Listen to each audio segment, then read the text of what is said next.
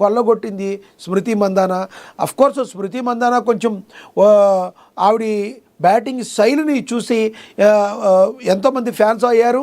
అది కూడా కాక ఆవిడ అనేక రకాలుగా అనేక షోస్లో కూడా అప్పుడప్పుడు కనిపిస్తూ ఉంటారు. ఏదైనా ఫ్యాన్ ఫాలోయింగ్, ఫ్యాన్ బేస్ స్మృతి మందానికి ఎక్కువ.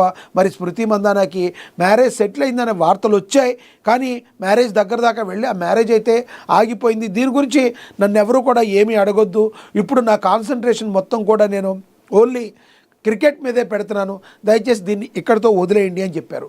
మనకి తెలుసు కదా ఫ్రెండ్స్, సెలబ్రిటీస్ లైఫ్ మరి అంత అనుకున్నంత ఈజీ కాదు. మరి వాళ్ళకి మనం ఏంటంటే ఏదైనా టప్పని చెయ్యాలంటే చేసేస్తాం, మనం ఏమైనా చేయగలమంటే చేసేస్తాం, కానీ అలా కాదు. కానీ సెలబ్రిటీస్కి ఎలా ఉంటుందంటే పరిస్థితి, వాళ్ళు ఏదన్నా మనలాగా బయటికి వెళ్ళాలంటే ఎక్కడ జనం గుమ్ముగుడుతారనే భయం ఉంటుంది. అదేవిధంగా వాళ్ళ మీద ఒత్తిడి ఉంటుంది. ఎందుకంటే ఈ రోజున టాప్లో ఉన్నవాళ్ళు ఆ టాప్ని కాపాడుకోవాలంటే మరి మానసికంగా కూడా వాళ్ళు చాలా స్ట్రాంగ్గా ఉండాలి. మధ్యలో ఏదన్నా కష్టాలు వచ్చినా ఏమన్నా వచ్చినా ఇమీడియట్లీ వాళ్ళందరూ కూడా నిరాశ నిస్పృహలోకి వెళ్ళిపోయే అవకాశం ఉంది. కొంతమంది సెలబ్రిటీస్ అయితే సూసైడ్ వరకు వెళ్ళిన పరిస్థితులు కూడా మనకు తెలుసు. మరి ఒక సామాజిక బాధ్యతగా మనం ఏం చేయాలి? సెలబ్రిటీని అభిమానించడమే కాదు, వాళ్ళకి ఏదైనా కష్టం వచ్చినా లేదంటే భారతదేశానికి ప్రాతినిధ్యం వహిస్తుంది స్మృతి మందాన. కొంతమంది సోషల్ మీడియాలో రకరకాల కామెంట్లు పెడుతూ ఉంటారు. కొంతమంది జర్నలిస్టు సోదరులు కూడా అత్యుత్సాహం చూపించి రకరకాల ప్రశ్నలతో వేధిస్తూ ఉంటారు. వీటిలన్నింటినీ కూడా వదిలేయండి, దయచేసి నా పని నన్ను చేసుకోనివ్వండి. ఆవిడైతే చెప్పడం అయితే చెప్పింది, నా పెళ్ళైతే రద్దయిందని ప్రకటించింది స్మృతి మందాన. ఈ విషయాన్ని ఇక్కడితో వదిలేయండి అని చెప్పి చాలా రిక్వెస్టబుల్గా చెప్పింది.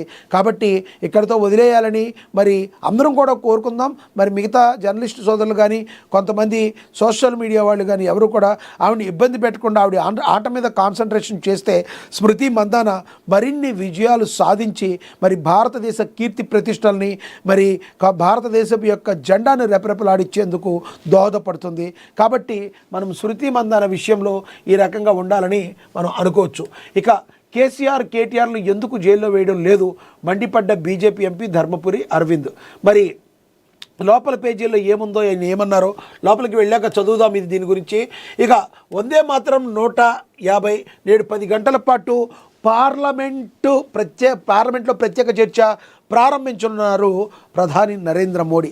మనందరికీ తెలుసు బంకిం చంద్ర చటర్జీ రాసిన వందే మాతర గీతం ఏదైతే ఉందో మనందరికీ మరి స్వాతంత్రోద్యమంలో అది గట్టిగా పనిచేసింది.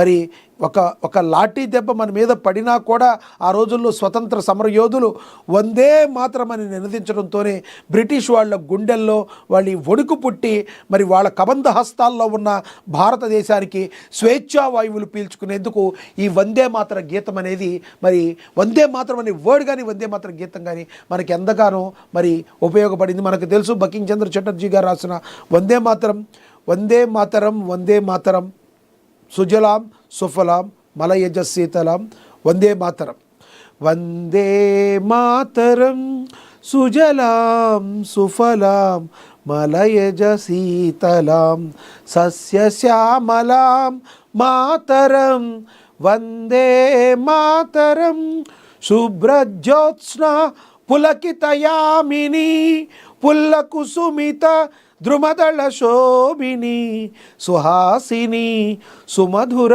భాషిని సుఖదాం వరదాం మాతరం వందే మాతరం వందే మాతరం. మరి ఈ వందే మాతర గీతం ఎంత గొప్పదో, మన భారతదేశం యొక్క కీర్తి ప్రతిష్టలు ఎలాంటివో మరి ఈ వందే మాతరంలో గీతంలో బంకిం చంద్ర చటర్జీ గారు విమర్శించడం జరిగింది. మరి భారత స్వతంత్ర ఉద్యమంలో కీలక భాగమైన వందే మాతర గీతం 150 వార్షికోత్సవాలను పురస్కరించుకుని లోక్సభ, రాజ్యసభలో సోమవారం ప్రత్యేక చర్చ జరుగుతుంది.